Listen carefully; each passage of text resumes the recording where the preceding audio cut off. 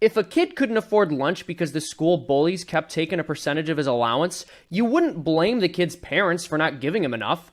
So why is it that when people struggle financially, you blame the employer who provides them with money and not the government which is taxing them?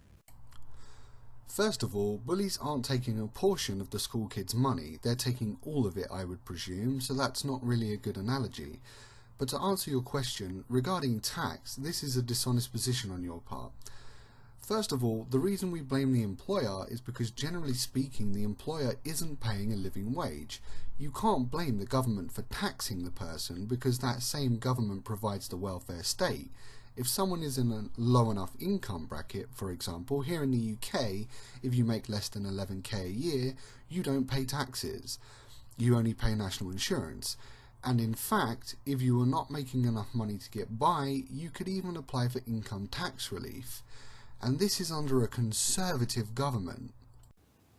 For fans of democracy, I would ask, is it okay to forcibly rob, control, or otherwise victimize somebody as long as the majority approves of it? Well, no, that's basically mob rule. That doesn't really apply to government. I can't really think of a modern example of people voting in a government which then kills, robs, rapes, or steals from people. That seems more like something that would happen under anarchy, not government. We all know that every economic system has market failures. Capitalism, socialism, communism, whatever. But my question is, why do you feel morally justified in forcing other people to subsidize these failures? Why should I be forced to subsidize failed electric car companies like Fisker or failed government initiatives like Obamacare? Shouldn't I have the right to decide what risk I want to take with my own money? Well, first of all, we can't always foresee what will be a success and what will be a failure. However, things are usually tested first on a small scale, and unfortunately that sometimes can fail. But that's why we do it on a small scale first. For example, the universal basic income principle has been tested on a small scale in Namibia, Brazil, India, North Carolina, Ontario, and Manitoba. From what I know, the plan shows promise, but that's the point of testing something first, to see if it works, right? Now, there are some cases of taxpayer money being spent poorly, for example, the F-35 fighter jet program in the United States. It has largely been a failure and cost the taxpayer billions of dollars. This is unfortunately something that happens when taxpayer money is spent poorly, but this is not an excuse to end taxation completely, as taxpayer money is needed for many different things. That can't be trusted in the hands of the private sector. And to address your latter point, no, you shouldn't be able to decide where your taxpayer money goes and what you do and do not fund. If people did that, things like the National Health Service would be at massive risk of being underfunded. Or our military would be ill-equipped to protect us from external threats. That's why we elect governments to manage taxpayer money. How come you want to ban things that you don't like? As long as they're not hurting other people, what's the big deal? Banning things you don't like? Well, I'm not sure what you mean, but if you're referring to things like drugs, I also don't believe in banning them, but this is a political issue, not so much something inherent to the state. It depends on the people in power and their policy, and that's up to you to determine through democratic elections. Statists of the left, who are always talking about how government's going to help the poor and marginalized groups. I don't understand this. From the ancient world through the Middle Ages all the way up to modern times, governments have largely conspired against the poor. I'm thinking in particular a century ago with eugenics programs and segregation programs and zoning programs, business regulation and union rules. Everything was designed to exclude, marginalize, and impoverish groups that didn't have power. Governments are always controlled by rich people. That's just the way it works. Why do you think that government is the right means to help the poor? It makes no sense to me. Well, again, this is a political stance, not a problem inherent to the nature of the state. If you elect people into power who do not represent the interests of the poor and the working class, of course you're going to see the working class and the poor get oppressed and marginalised through things like austerity, for example. That's why it's important that we elect people into power who represent the working class and the poor. But this is just an unfortunate downfall of democracy. Sometimes people mislead the poor and working class by appealing to their interests, but then not acting upon them the moment they get into power. And this is why policy and history are important in politics, and why I try to get people to do away with identity politics. The reason we rely on government to help the poor is because they're the ones best equipped to do so. They are, through policy. As Clem Attlee, the former Labour Party politician, famously said, charity is a cold, grey, loveless thing. If a rich man wants to help the poor, he should pay his taxes gladly, not dole out money at a whim. Charity cannot be expected to eradicate poverty. It is something that can only really be addressed through policy. So I punched this commie face in and said, "How do you like those marks?" Oh, we're recording? Does my hair look okay? How can you claim on one hand to be anti-guns, yet on the other hand, you want the state to take guns away at gunpoint? Well, this is simple. It's a bad idea for everyday normal people to own guns because it results in mass shootings, gun-related domestic violence, increased terrorism and accidental deaths. There's just no reason why people would need to own firearms. In the UK, we abolished firearms a long time ago, and we've seen the benefits. A civilised society doesn't need to own firearms. As for supporting the government having firearms, well, of course, they're the enforcers of the law made by the politicians we elect into power. We want them to be able to use firearms to protect us against violence and stop those breaking the law. Pretty much common sense, no? Even in an anarcho-capitalist society, there would be security forces fulfilling the role of police officers, so I'm sure you can understand the need of letting the authorities have access to firearms. You just don't want the government to have firearms, you want private security firms to have firearms, don't you? Government has slaughtered 250 million of its own people in acts of democide. How can you trust such a beast to rule over you? And as some of you argue for, to be disarmed too. Well, I'm not sure where you're getting those numbers from, but again, government generally are enacting the will of the people that elected them. Well, that's how it should be anyway. They're enforcing the law. I can trust such a beast to rule over me because I elect said beast, so to speak. The reason I would disarm myself to the state, not that I would have a weapon to use against them, is because I don't want to be shot in the face for breaking the law. I'm not entirely sure where you're going with this. I suppose you're one of those people who somehow deludedly think you're going to be able to stop a huge army and police force armed with fully automatic rifles, rockets, grenades, drones, and so on, with a few semi-automatic rifles, or any kind of rifles for that matter. Here I remain sceptical. I don't think you could really stop them if they did revert to tyranny, which is why I'm guessing you support owning firearms. Why is it that no matter how much money the government takes from its citizens, it's always broke? Well, that depends on the country and the government in power, doesn't it? Most people are in debt to someone, so why would a government be any different? Sometimes investments are needed to improve the country in a certain way. As long as you pay back the debt, what's the problem? Certain countries are more in debt than others, it just all depends. If keeping 100% of someone else's income is slavery, then at what percentage is it no longer slavery?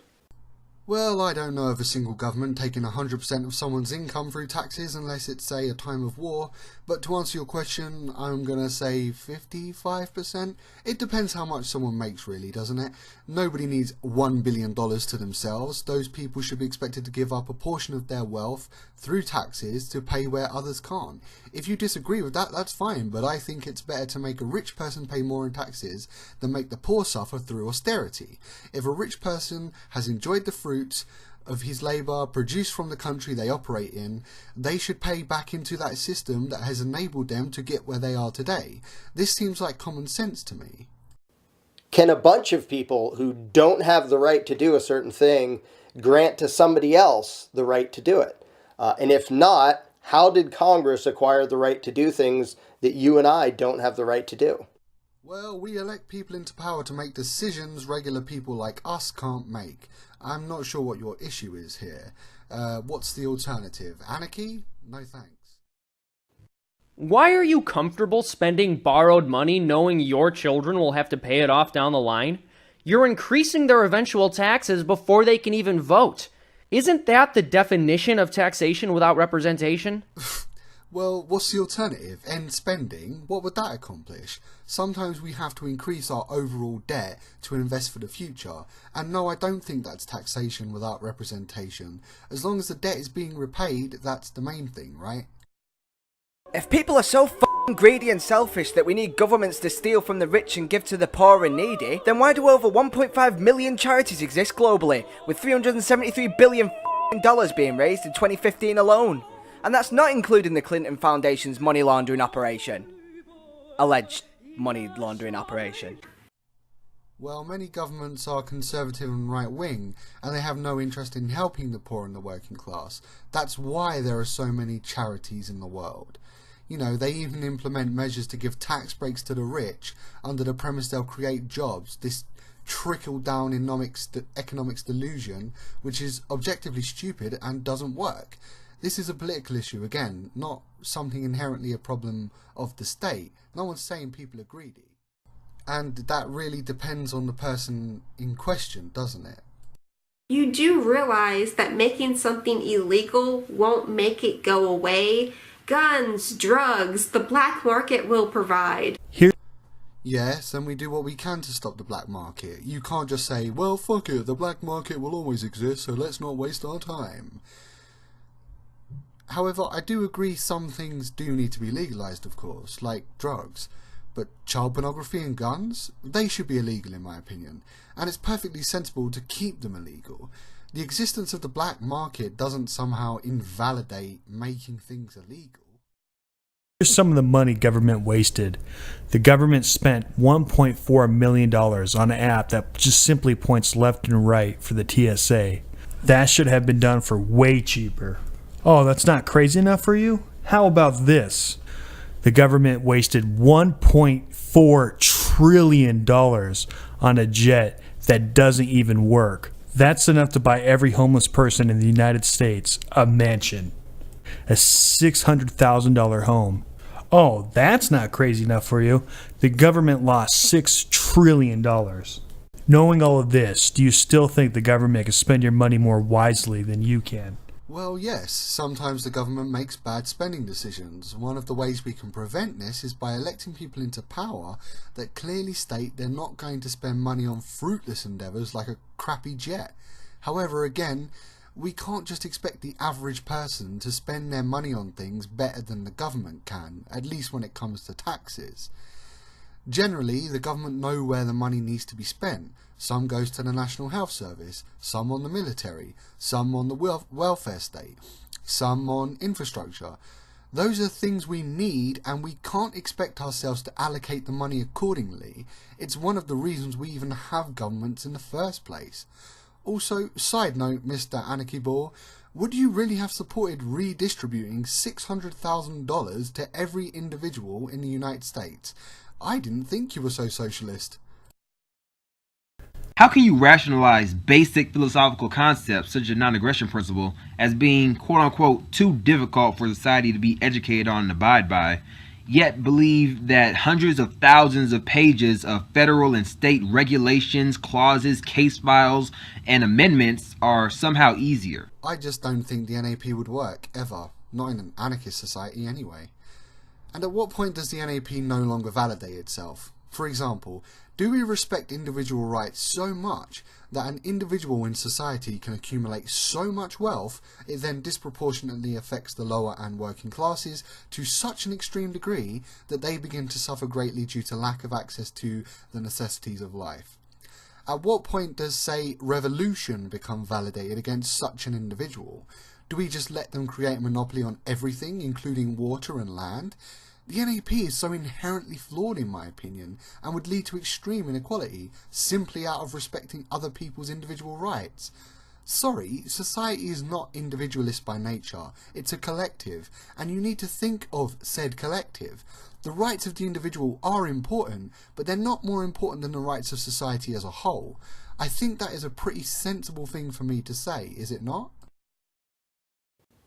If it's wrong for you to do a certain thing, can you, by voting, make it right for someone else to do the exact same thing? Well, that depends, doesn't it? I don't think it's that black and white.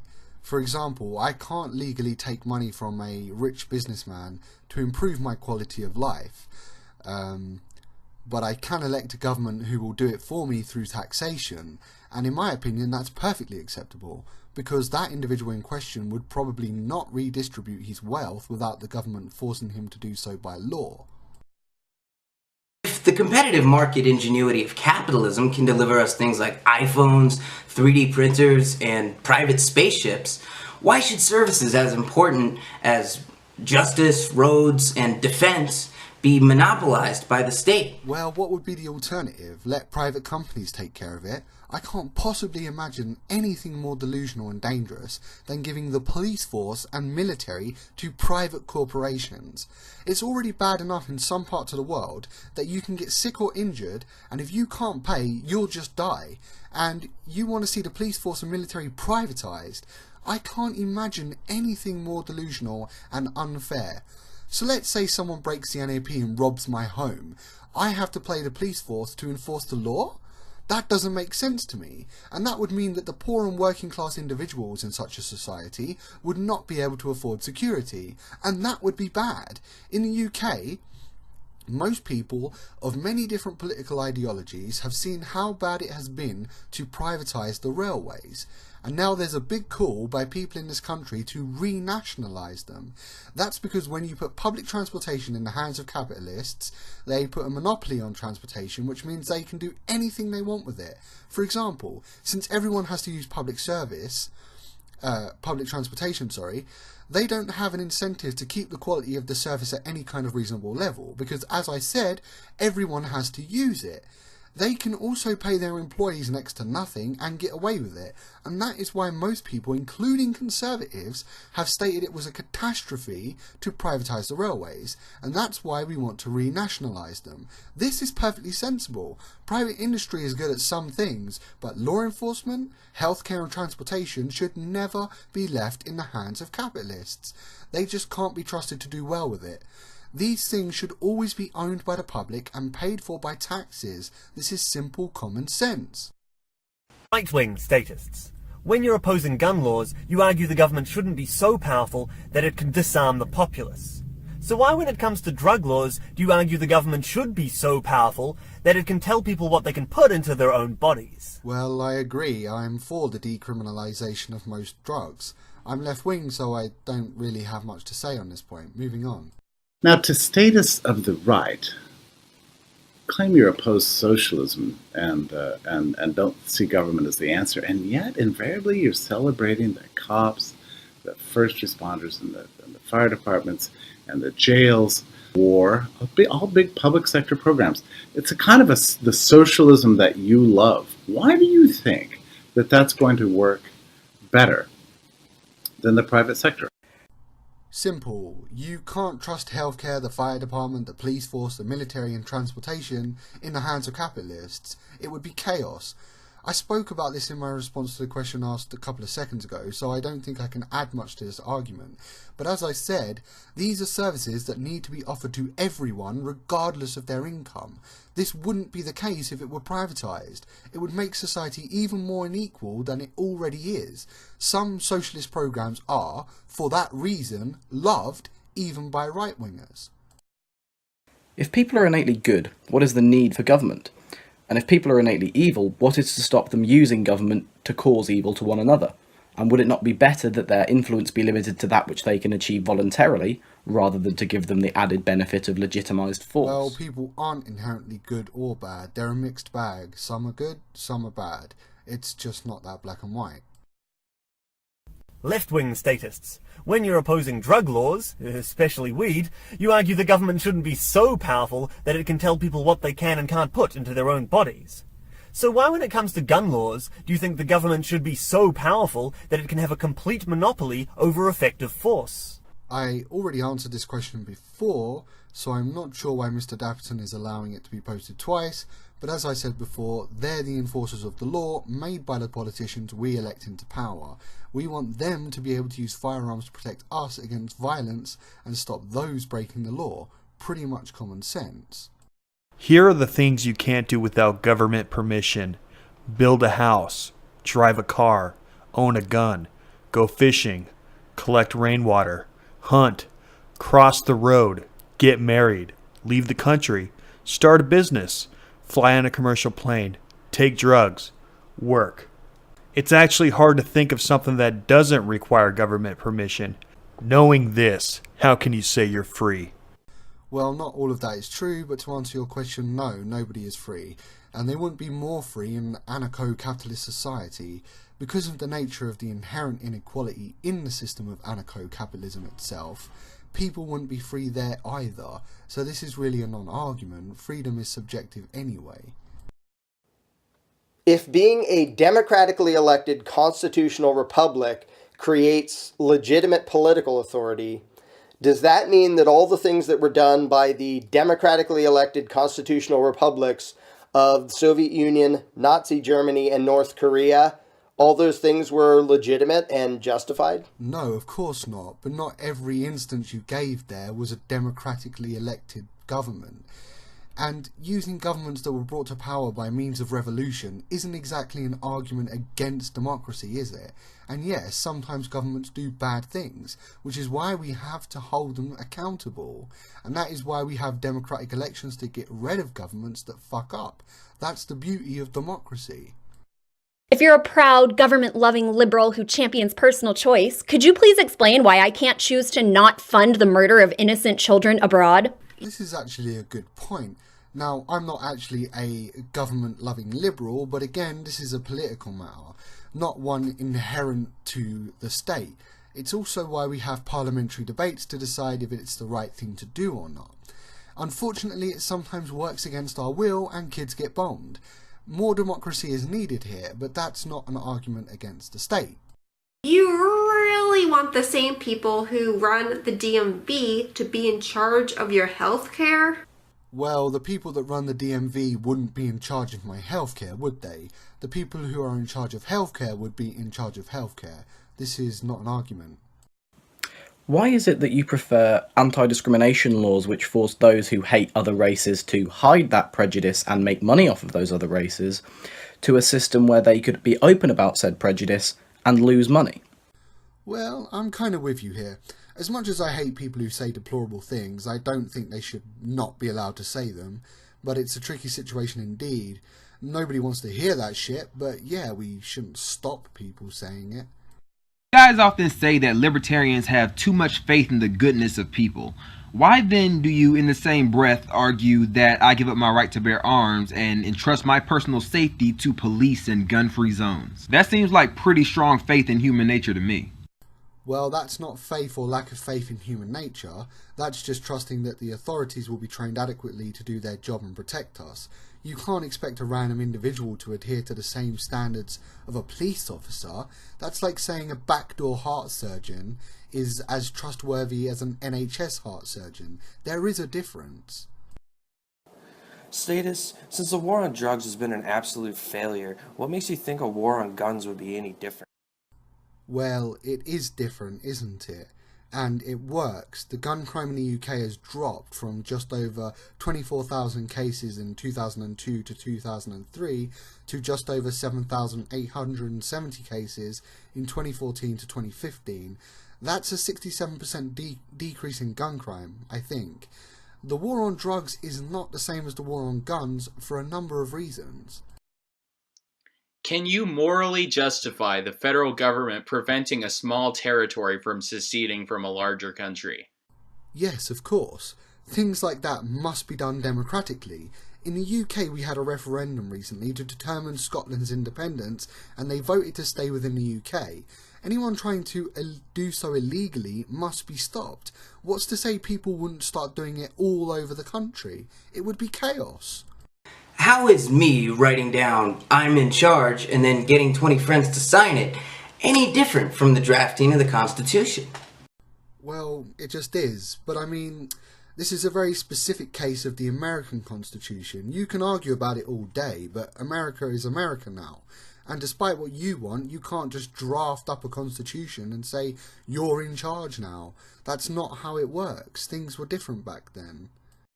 If roads are so complicated and magical that they can only be built by governments, then why do they hire private companies to actually build the c***s, eh? My fucking roads! Well, obviously the government will get private companies to build things. What's wrong with that? I thought you of all people would be in favour of a private corporation building things. The difference is that when it's done under the name of a government, those roads can be used by everyone in the country and their maintenance and upkeep is paid for by taxes. Pretty simple, really. Why would you want a private company to own a stretch of road? They could do anything they wanted with it then. They could ruin the landscape to erect advertisements, paint the road whatever colour they want, charge tolls. It would be ridiculous to give the roads to private companies. I can't imagine a more terrible idea. Why is every logical explanation we provide about how something will work just pure speculation, while any doomsday scenario you pull out of your ass about anarchism is absolute truth? Well, I'm glad you asked. An anarcho-capitalist society hasn't really been done, has it? Neither has a purely libertarian country either. America is about as libertarian as it gets. And that hasn't exactly worked out great for the working class and the poor people of the country, has it? There's little to no wealth redistribution there, not much regulation on business, no viable left-wing political parties, and ultimately there's a very big divide between the rich and the poor. This is the result of libertarianism and subsequently neoliberalism. In an anarchist society, do you really think people would abide by the NAP? I don't think so.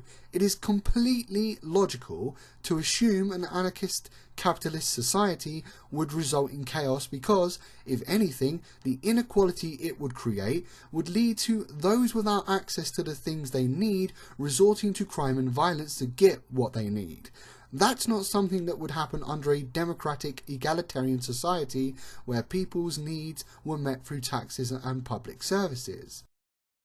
Now, to the statists of the left and right, who are constantly against free trade and promoting protectionism and warlike foreign trade policies, why is it that you think trade between nation states is any different from trade between states in the U.S., between Vermont and New Hampshire or Georgia and Mississippi, which we understand is a good thing because it broadens the division of labor and makes everybody better off?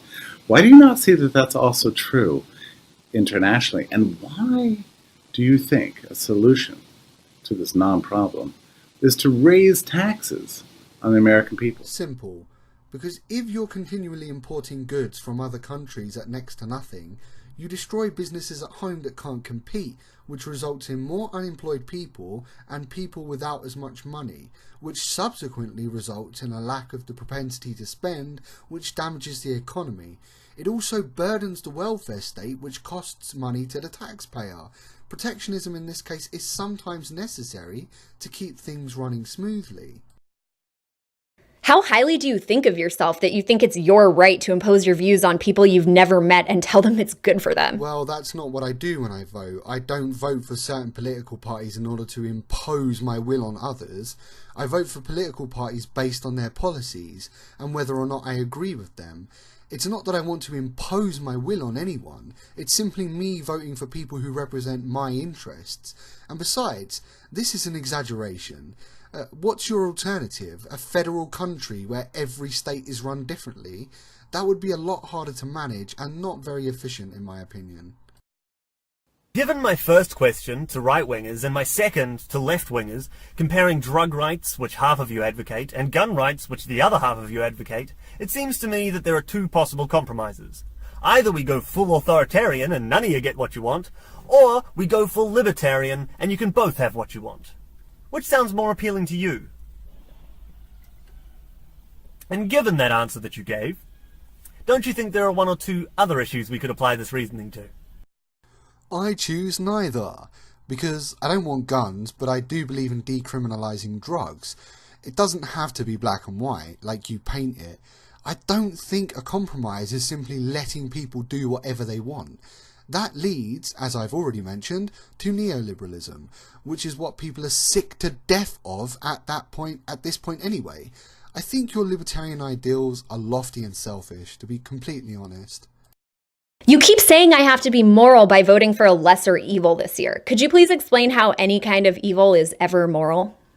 Well, I don't advocate voting for a lesser evil personally. I think the political system isn't as democratic as it could be. For example, here in the UK we use a first-past-the-post voting system, which inevitably leads to a two-party state. I would personally like proportional representation so people can vote for who they want without worrying that they'll have to elect the lesser of two evils. This works out even for you because you'd be able to vote for a libertarian politician without worry that it would somehow enable someone you really don't like getting into power. Your politicians would still hold seats in Parliament or Congress, so, you know. If you've ever said there ought to be a law, or if you believe that government is the best solution to most of life's problems, I have one question for you. Are you prepared to kill? Every law, no matter how big or small it appears to be, is backed by violent force, and in many cases, death. Who's this now? Stefan Molyneux? Why would I have to be prepared to kill someone who refuses to pay taxes, for example?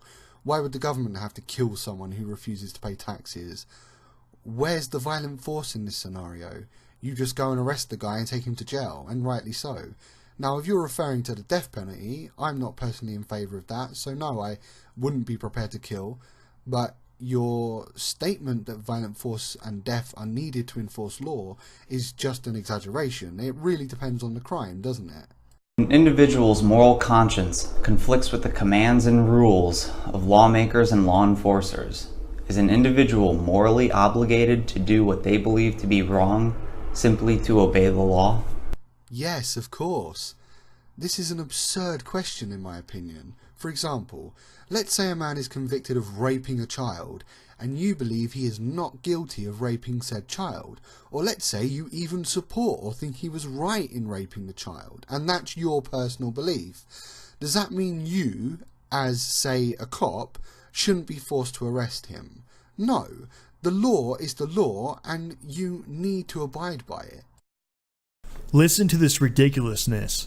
We protect our president with guns, but our children with paper gun-free zone signs. Congress has a 9% approval rating. Government can't even balance a budget. We are about to reach a $20 trillion debt. Social Security and Medicare and other socialist policies are unsustainable. The drug war kills more people than drugs itself. How can you say government is effective? This is a loaded question. It really depends on the government, doesn't it? It's not that social programs are unsustainable, it's a matter of good financial management. If a government is spending $598.5 billion on the military and only 29 to 90 billion on the welfare state, things like social security, unemployment benefits and healthcare, then is that really a matter of those things being unsustainable? Or is it that nations' budget priorities are not really being managed in a responsible way? We're all going to have agreements and disagreements of where taxpayer money should go, but ultimately it all depends on how taxpayer money is spent and how finances are managed. A major question that I have for proponents of state economic regulations in particular is how exactly can you sleep at night knowing the economic destruction that you have created? The effect of government regulations on output has been calculated to have an accumulated reduction cost on the American GDP of nearly $40 trillion just since 1949. In other words, absent of any federal economic regulations, after World War II, we could have tripled our GDP. Every citizen could have an average income of $333,000 instead of $53,000, a $277,000 increase in the average income. This doesn't even factor in the cost of compliance, rent-seeking, and state-level regulations. We could have had so much more prosperity and so much less poverty without state regulations on our economy. So how can you look your opponents in the eye and claim that your regulations are somehow for the common man? Well, this is another loaded question really, isn't it? You're forgetting where said money would go? You're implying basically that trickle-down economics work, or that companies would redistribute the wealth fairly in the form of higher wages and bonuses. But that's simply not the case, is it? Most corporations keep their money in offshore accounts or provide huge bonuses to those at the top of the company in question. So all this talk of how America could have had so much more prosperity is foolish. There's no guarantee that would be the case. In fact, it's probably the opposite. The rich would be super rich and the poor would remain poor. Trickle-down economics simply does not work, and that's just how it is. Well guys, I'm at the end of the response now. So I want to thank all of you for watching up till this point. I would really appreciate it if you like this video to give me a like, give me a thumbs up, leave a comment, share this video. This video took me all day to make. I've spent so much time on it. I would really appreciate you guys getting the word out for me. Yeah, as I said, it took me all day to make this. My back is killing me. I'm tired. But yeah, it was worth it, I think. And I'm going to leave you guys with a clip from Tony Benn. It's one of his speeches in Parliament sometime after Thatcher ended her term in power. And it's kind of aimed at the anarcho-capitalists and the ultra-libertarians who made this video. I think it's something they need to hear. So yeah, thanks once again, and this is the Rational Leftist signing out. The second thing is, despite the fact we've been told we're an entrepreneurial society, this is a country today that has an utter contempt for skill. You talk to people who dig coal, run trains, doctors, nurses, dentists, tool makers. Nobody in Britain is interested in them. The whole of this so-called entrepreneurial society has focused on the city news we get in every bulletin, telling us what's happened to the pound sterling to 3 points of decimals against a basket of European currencies. Skill is what built this country's strength, and it is treated with contempt. I must confess, the auctioning off of public assets, particularly the latest disgusting Frankenstein advertisements, which told me more about the mentality of the minister who devised the scheme than it did about the sale itself. These are assets built up by the labour of those who work in electricity and by the taxpayer who put the equipment in, now to be auctioned off at half their price to make a profit for a tax cut for the rich before the next election comes. If these were local councillors, they would be before the courts for willful misconduct. And because they are ministers, and then some of them later go on the boards of the companies they privatise, they are treated as businessmen who know better how to handle it as members of the board of directors than allegedly they did as ministers responsible. Local government has been crippled. Across the river is the London County Council County Hall, the seat of government of the greatest city in the world, empty, to be sold, because the government wanted to cripple local government. And so indeed they have. The poll tax, the centralisation of the business rate, the punishment of the Liverpool and Lambeth councillors was to take all power from local government and put it in the hands of a government that claimed it didn't believe in the role of the state. The undermining of the trade unions with less rights in Britain than they have in Eastern Europe. The tax cuts for the rich and benefit cuts for the poor, the censorship of the media, the abuse by the security services, the restriction of civil liberties. And when we look back on the 1980s, we will see many victims of market forces. I do not share the general view that market forces are the basis of political liberty. Every time I see a person in a cardboard box in London, I say that person is a victim of market forces. Every time I see a pensioner who can't manage, a victim of market forces. The sick who are waiting for medical treatment that they could accelerate by private insurance. They are the victims of market forces. And with the disappearance of the Prime Minister, who was a great ideologue, I mean, her strength was that she understood a certain view of life. And when she goes and she's gone, there will be a great ideological vacuum. And as Opal saying, we will run market forces better than she did, because her whole philosophy was that you measured the price of everything and the value of nothing. And we have to replace that. And I had one experience the other day which confirmed me in my view that she hasn't really changed the thinking or culture of the British people. I don't know how many people travel as I do on trains, but I go regularly on the trains and I see all the little businessmen with their calculators working out their cash flow, frowning people, looking and glaring at each other.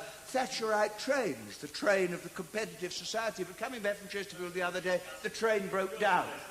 And on it wholly changed. Somebody came in and said, I have a cup of tea from my thermos. And then people looked after each other's children. And a young couple called to me, and I said, after about half an hour, how long have you been married? Oh, we met on the train, they said. And a woman said, will you get off at Derby and ring my son in Swansea, because he'd be worried. By the time we got to London, we were a socialist train. Because you can't change human nature. There is good and bad in everybody, and for 10 years it is the bad and the good that has been denounced as lunatic, out of touch, cloud cuckoo land, extremist and militant. And that's what the party opposite have done. They don't quite yet know. They think it's the retirement of a popular headmistress under circumstances some might regret. Actually, they've killed the source of their own philosophy and opened the way for quite different ideas.